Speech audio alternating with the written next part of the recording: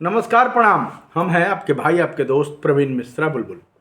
देखिए, अभी बिहार के शिक्षा विभाग से एक बड़ी मार्मिक खबर सामने निकल कर आ रही है। बिहार में शिक्षकों को कैदी की तरह बर्ताव किए जा रहे हैं, जो लगातार चर्चा का बाजार जिसको लेकर गर्म है। बता दें कि बिहार के शिक्षकों के साथ किसी भी प्रकार की सहानुभूति नहीं की जा रही है।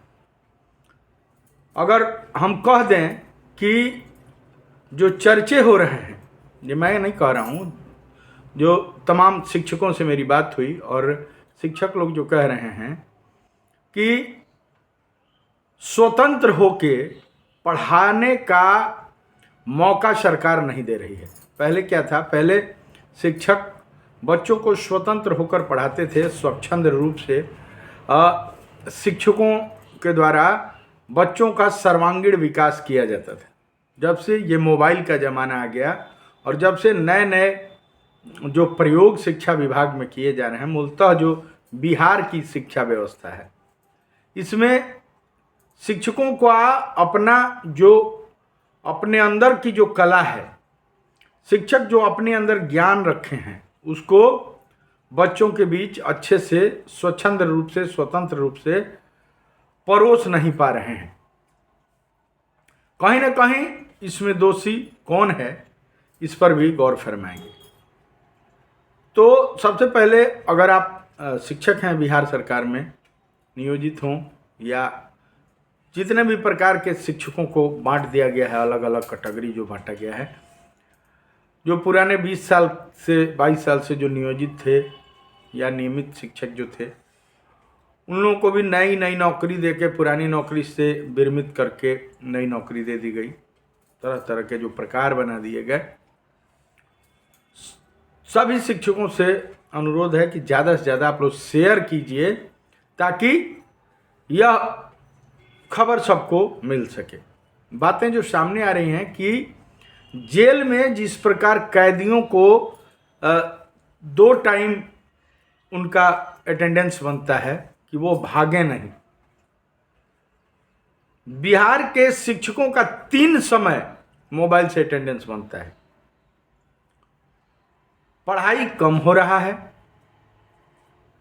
पाठ टीका से लेके तमाम संदेश जो व्हाट्सएप पे आ रहे हैं, उसी का अनुपालन दिन भर करना है। अपने मन से स्वच्छंद रूप से स्वतंत्र रूप से किसी भी शिक्षक को यह अपना अंदर का जो भाव है वह प्रकट करने का, अंदर का जो उनका ज्ञान है उसको प्रदान करने का मौका स्वच्छंद रूप से नहीं दिया जा रहा है। अभी 10 तारीख से एक नया नियम लगा हुआ है कि अब टैब दिया जा रहा है। मार्केट से टैब आउट ऑफ मार्केट हो गया है, कहीं भी नहीं मिल रहा है, और उस टैब में सिम लगाए जा रहे हैं। सिम कार्ड के जरिए उस टैब को कनेक्ट किया जा रहा है और अब शिक्षक सुबह 9:30 बजे हाजिरी बनाएंगे, शाम को 4 बजे बनाएंगे और दिन में टिफिन के समय बच्चों के साथ बच्चों को खाना खिलाते हुए शिक्षक हाजिरी बनाएंगे। सोचिए, जिस राज्य में शिक्षकों के साथ कैदियों की तरह बर्ताव किया जाए, क्या आपको लगता है कि उस राज्य में शिक्षा का विकास संभव है? शिक्षा बेहतर करने की जो परिकल्पना सामने आ रही है, क्या लग रहा है आपको कि आने वाला भविष्य इस प्रकार का शिक्षा ग्रहण करके और बहुत अच्छा कर पाएगा? आश्चर्य की बात यह है कि जो शिक्षक हैं वे अपने आप को कहीं ना कहीं कुंठित महसूस कर रहे हैं। उनके साथ जो ज्यादती किए जा रहे हैं, तमाम प्रखंड लेवल पे जो पदाधिकारी हैं, चाहे वो पदाधिकारी उनको कुछ कर रहे हों या स्कूल में हेड टीचर की जो बहाली हुई है, वे अपने नहीं पढ़ा के और इनको जो शिक्षकों के सामने जो रुआब दिखा रहे हैं, जो रौब दिखा रहे हैं, क्या लग रहा है कि इससे स्वच्छंद रूप में, स्वतंत्र रूप में शिक्षक छात्रों को पढ़ा पाएंगे? ऐसे मोनोपोली पर रोक लगना चाहिए कि नहीं, इस पर भी आपका ध्यान हम आकृष्ट करना चाहते हैं। एक बड़ी खबर सामने यह भी आ रही है कि शिक्षकों के प्रति सहानुभूति नहीं, दिखावा होगा। इसका होगा पर्दाफाश। मतलब यह डॉक्टर तुलसी प्रसाद जी का एक न्यूज़ लगातार वायरल हो रहा है कि शिक्षकों के प्रति किसी भी प्रकार की सहानुभूति सरकार के द्वारा नहीं है। इसमें लिखा गया है कि बिहार के समस्त जिलों के नियमित शिक्षकों का कई लेटर निकल रहा है और इस लेटर में सभी नियमित शिक्षकों का नाम शामिल कर दिया गया है। सभी प्रकार के शिक्षक इसमें शामिल हैं। यह सारी सुविधाएं नियमित शिक्षकों को उनके नियमावली के अनुसार मिल रहा है और मिलता रहेगा। यहाँ नियमित शिक्षक, नियोजित और नियमित दो ही प्रकार के शिक्षकों को कहा जा रहा है। अब बात आती है कि नियोजित शिक्षकों की, जिनकी नियमावली 2020 है, नियोजित शिक्षकों को भी नियमावली 2020 के अनुसार सब कुछ मिलेगा और बहुत जल्द मिलेगा। नियोजित शिक्षकों को 5200 से 20,200 का वेतनमान और ग्रेड पे 2000 मिल रहा है। प्रोन्नति के पश्चात 2400 का ग्रेड पे मिलेगा।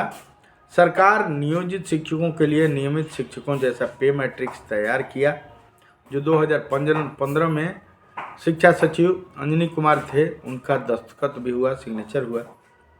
और सरकार नियोजित शिक्षकों के लिए नियमित शिक्षकों जैसा पे मैट्रिक्स तैयार करके और उस पर मुहर लगा के प्रदान की, जिसके अनुसार उनका वेतन बढ़ता है या वह देय होता है।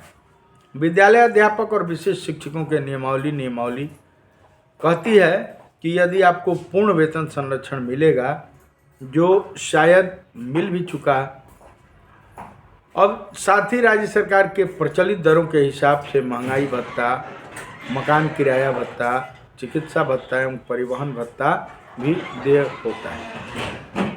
और फिर आगे कहते हैं कि राज्य सरकार समय समय पर इन भत्तों को संशोधित भी कर सकती है। विशिष्ट एवं विद्यालय अध्यापक को पे मैट्रिक्स की जगह फिटमेंट फैक्टर के हिसाब से गणना की बात है और दोनों में आसमान और ज़मीन का अंतर है।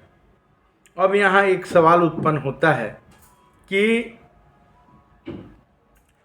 जब राज्य सरकार प्रचलित दरों के हिसाब से यह सारी सुविधाएं देंगी, तो समय समय पर संशोधन करने का मतलब क्या है? इसका मतलब यह हुआ कि प्रचलित दरों में सेंधमारी हो सकती है। अभी सदन में कुछ कथित विधान पार्षद विद्यालय अध्यापक और विशेष शिक्षकों को लेकर वेतनमान से जो आच्छादित करने की बात कह रहे हैं, कुछ लोग यह भी बात कह रहे हैं कि कुछ लोग राज्यकर्मी के अनुरूप सारी सुविधाएं देने की बात कर रहे हैं और मांग कर रहे हैं।